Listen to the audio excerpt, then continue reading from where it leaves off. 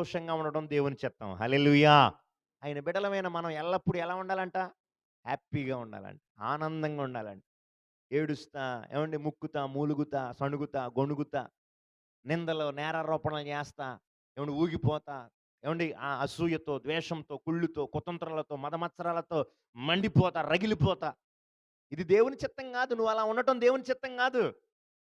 నువ్వు ఎలా ఉండటం దేవుని చిత్తం అంటేనంట అక్కడ ఆ మాటలు మనం ఎల్లప్పుడూ సంతోషంగా ఉండాలంట. ఆల్వేస్. ఏవండీ? ఆల్వేస్ ఎనీ టైమ్ మనం ఎలా ఉండాలంట? ఏవండీ? ఆనందంగా ఉండాలంట. Rejoice in always. ఎల్లప్పుడూ ఆనందంగా ఉండాలంట. ఎవరి యందు? పౌలు గారు అంటాడు కదా! ఫిలిప్పి 4:4లో ఏవండీ? ప్రభువునందు ఆనందించుడి. మరలా చెప్పుదును ప్రభువునందు ఆనందించాలి. ఆనందించేవారిగా ఉన్నామా? యెస్, నా ప్రభువు నాకున్నాడు. ఆయన వాక్యం నా చేతిలో ఉంది. నా హృదయంలో ఉంది. ఆయన నాలో ఉన్నాడు. నాతో ఉన్నాడు. ఏవండీ? మనము ఆయన యందు ఆనందించేవారిగా. అతిశయించువాడు ప్రభువునందు అతిశయించాలంట. మనకున్న కొందరైతే గుర్రాలను బట్టి, రథాలను బట్టి అతిశయిస్తున్నారంట.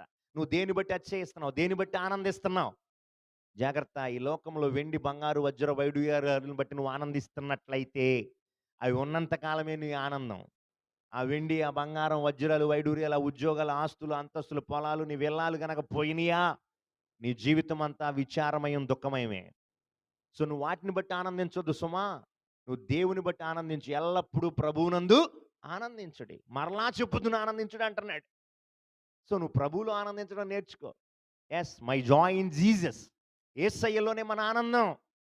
ఆయనలోనే మనం ఆనందించాలి. ఆయనలోనే మనం ఆనందిస్తున్నప్పుడు ఏమి ఉన్నా లేకపోయినా నువ్వు ఎప్పుడు ఆనందంగా ఉంటావు ఆయన్ని బట్టి. ఆమేన్. ఎస్. ఎల్లప్పుడూ మనం ఎలా ఉండాలంటే సంతోషంగా ఉండడం దేవుని చిత్తమంట. హల్లెలూయా! అంతేగాని ఏడుస్తా, దుఃఖంతో, బాధలతో, సమస్యలతో, కష్టాలతో అవే వస్తాయి, అవే పోతాయి. ఏవండీ? అవే వస్తాయి, అవే పోతాయి. అంతేగాని మనము అది లేదని, ఇది లేదని అక్కడే కూర్చొని ఏడుస్తా కూర్చున్నామనుకోండి, మనం అడుగు తీసి అడుగు బయటికెళ్ళాం.